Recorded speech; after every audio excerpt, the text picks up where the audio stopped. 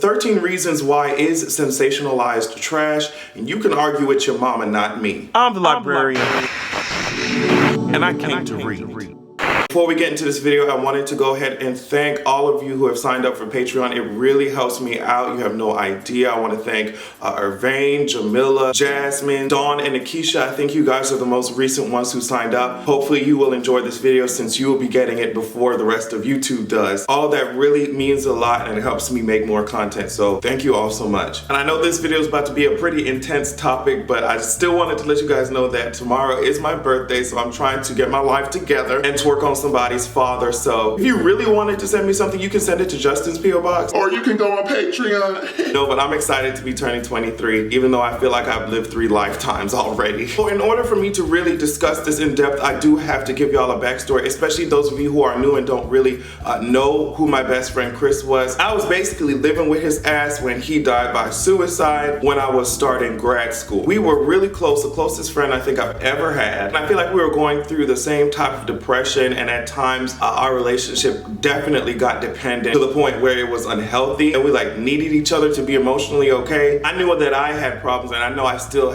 struggle with anxiety and depression and stuff like that, but I did not realize how deeply his own issues ran. And one day I woke up and it was all over. So going through a painful experience like that and finding him, which was a whole nother issue in and of itself, it really baffles me when these kids are out here in 13 Reasons Why playing around with tapes and shit like that. I was not about to be touching the note that he left. I'm sorry.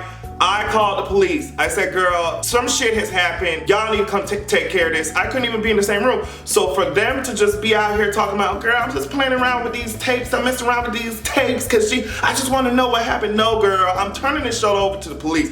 Y'all can take care of that. I didn't even read the note fully. I didn't even get a chance to read the note fully because I wanted the police to just have the shit. Just take the shit, take everything, you know, give it to his father so he can figure it out. So yeah, that's my first issue. If I done heard some tapes or some shit, I'm sending them off to people who can figure it out. I'm sending them off to his family or some shit like that. I'm not fucking around with no evidence and shit like that. No ma'am. This white privilege where they feel like they can just ollygag around with some type of evidence and shit, be sneaking and shit around, I could not identify with them. And another reason why this show was so trash was because it was so damn triggering. While the show was in development, I heard that these people met with actual experts to figure out how they should tackle this issue properly. And they gave them all the advice that they needed. And now when the show came out, the experts are really not feeling the way that they depicted it. They did exactly what they told them not to do. You're not supposed to just depict it in a graphic way. There is a tasteful way to handle certain things,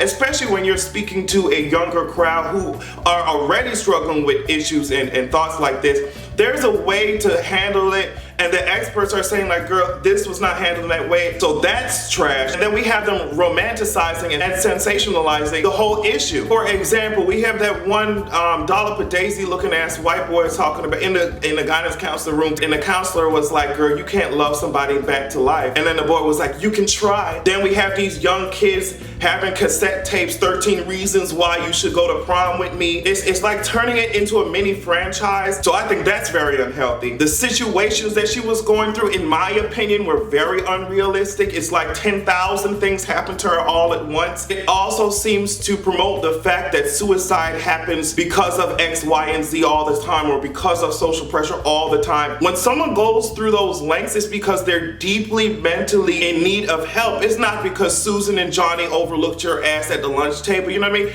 And so instead of the takeaway message of this show being, girl, if you're feeling some type of way, go and get some help or whatever, it romanticizes the idea that, well, girl, everybody needs to be nice to you, and if they're not, this is a feasible way for you to deal with the problem. I think that it can become very dangerous, especially when we're dealing with middle school children, young people in high school or college. The takeaway message that I'm getting from this is not something that I think is beneficial or helpful when it comes to people who are experiencing this type of thing. And also, I feel like it minimizes everything. When we're talking about suicide, we're not just talking about high school drama, we're talking about chemical imbalances in the damn brain. It did not even touch on mental health like that as much as I think it should have. It was mostly just a drama, a soap opera with no real substance, no real way for these kids that are watching it to get the help that they need. It wasn't filled with any counseling or therapy. I think that if you're gonna touch on such a deep issue like suicide, that you need to be very resourceful, you need to be very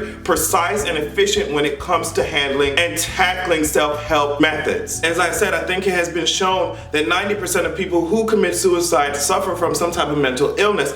So while social factors and external stimuli may have something to do with it, may contribute to it, the bottom line is that the majority of people who have issues with this, they need medical help, they need therapy, they need access to care, they need all of those things. We should not be focused on this puppy love ass, high school ass goddamn drama where 16-year-old kids have fucking tattoos and shit like that. We shouldn't be focused on that. We should be focused on, hey girl, there may be a chemical imbalance in the goddamn brain. There are a lot of other shits that we need to talk about as opposed to the fact that some kid made me feel weird in class. I'm definitely not saying that bullying does not contribute to this. That's not what I'm saying. I'm saying the major issue like mental health was not addressed properly, or if at all, in this damn show. So I don't want little kids to feel like, well girl, some of these things are happening to me, I'm being pushed around X, Y, and Z, and the power that Hannah Baker, the main character, had after her death when she was spreading these tapes around threatening to ruin people's lives from the afterlife, that can seem attractive to someone who feels like they have no power in school right now or no power in college right now. So I think that this is a dangerous, slippery slope, that 13 Reasons Why is going down. I think it needs to be addressed and corrected if the show is going to continue, which I hope it doesn't. But if the show is going to continue, it needs to address the real issues. Saying that, oh well girl, be nice to people, it could save a life, blah blah blah. Yes, that is true in some aspects, but the big issue is mental goddamn health and the interactions that some of these medications can have. If you look up Prozac, it's just crazy how some people can feel even more depressed while they're on that medication before they even start to get better. It is a very white boy approach to suicide awareness. I just love me back to life bullshit. It does not register with me, especially as I said, since I have had a personal experience with this.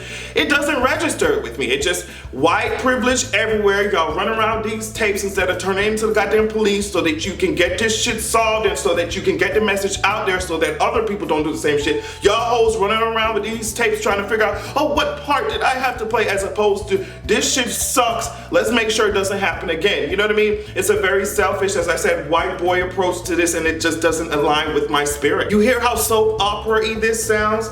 Apparently Clay, one of her friends, said, I cost a girl her life because I was afraid to love her. That's not how this shit works. People have been so damaged or something is off within their minds and it causes them to do things that lead to their own harm. How condescending is it for you to say, well girl, how arrogant is it for you to say, well girl, I'm the reason this happened. If only I had loved her, girl, this wouldn't happen. No, she had issues, she had a problem, and it needed to be addressed, not in the form of slam books and journals and dear diaries and let's get in girls, we're going shopping type of teas and let's have coffee. No, bitch, she probably needed to see a doctor. She needed to see therapy. She needed to get help. So that's why I'm not identifying with this shit. Another reason is that it minimizes the intense feelings, the feeling of being overwhelmed and anxious, the extreme imbalances that a suicidal person has. No matter how much my friend Chris knew that other people cared about him, his father, his best friends, his classmates, whatever, no matter how much he knew that those people couldn't live without him, whatever was messed up inside of him was so strong that it overpowered all of that. So for you to say that, well girl, all I had to do was love X, Y, and Z person more, all I had to do was not say that dumb shit that I said, not fight with that person, for you to say that, it minimizes what suicidal thoughts are. It minimizes suicide to have this sense of arrogance that your ass could have just, oh, if only I had been nice 102% of the time and not be human and not express my emotions or fight with this person, that they could still be hurt. No, suicidal thoughts aren't like being hungry. You can't just feed the person, they be okay for X amount of time. They are a completely different beast, and no matter what you do, if you don't get the help that you need, it will destroy you. Now, while I think the show does get certain things right when it comes to people who have decided that they can no longer live, like they clean up their room before they do it, they're at peace, they seem extremely happy, which is why I thought everything was fine before before it happened to Chris. I just think that showing these graphic depictions of rape and suicide in a TV show with that type of audience that is very vulnerable can be very triggering, and even the experts agree that it's not the way to go when you're talking about this. And the reason I'm disappointed is because I started to watch the show because it was big on Twitter, everyone was talking about it, and as I said, because of my past experience, I wanted to go ahead. I was like, maybe it'd be some good therapy for my ass. If this show is about, you know, someone struggling with suicide or something, I was hoping it would be filled with all types of suicide hotline numbers. I was hoping to be filled with all types of explanations as to what's going on in the brain. I was hoping to be filled with all types of reasons why certain antidepressant medications are trash, or why some actually work well. Like, I thought there were gonna be serious preventative measures. I thought they'd be talking about the steps of grief. Like, there was so much potential for this show to be amazing and to be very informative and to not be so damn triggering all the time. It could have been the voice to this generation, the up and coming generation. There are many ways that you can deal with this as opposed to, but no, in my opinion, I think that it fell short. For you to be speaking to all these adolescents who you know are having problems with this shit, and I think that it was the second leading cause of death in adolescence. That was that was the second leading cause of death in adolescence. I think that was a very irresponsible way to handle that type of issue. It was so big. There's so many resources out there for you to take advantage of. There's so much work being done in that area. So many experts. That was very irresponsible. As big of an issue as you know that it is, as many people as you've known have lost their kids, brothers and sisters, whatever, mothers and fathers for that, as many things that have happened when it comes to suicide and adolescence, you would really go about this in such a irresponsible and careless way, presenting it as some type of reality TV drama instead of trying to teach authentic ways to help stop other people from doing it. We all know how powerful TV and media is. It could have gone in a completely different direction, but I think that we're so used to memeing. We're so used to trying to make, because I hate when you guys try to make anxiety just so quirky and shit like that. When there's some days that I'm so nervous about my future and I overthink things that I just want to sleep all goddamn day. Ain't shit about anxiety or suicide that is quirky, cute. It shouldn't be presented no Mean Girls type of way, and that's what I feel like 13 Reasons Why did. I do want to hear what you guys think about it though. If you want a more close interaction with me, you just go to patreon.com/AsianExpression. I see things much more quickly and I'm able to respond better over there. But on a lighter note, I'm about to open up Netflix and watch a whole bunch of dumb shit like Dora the Explorer, fucking Sesame Street or some shit like that, so I can get 13 Reasons Why out of my suggestions. Have a good goddamn evening.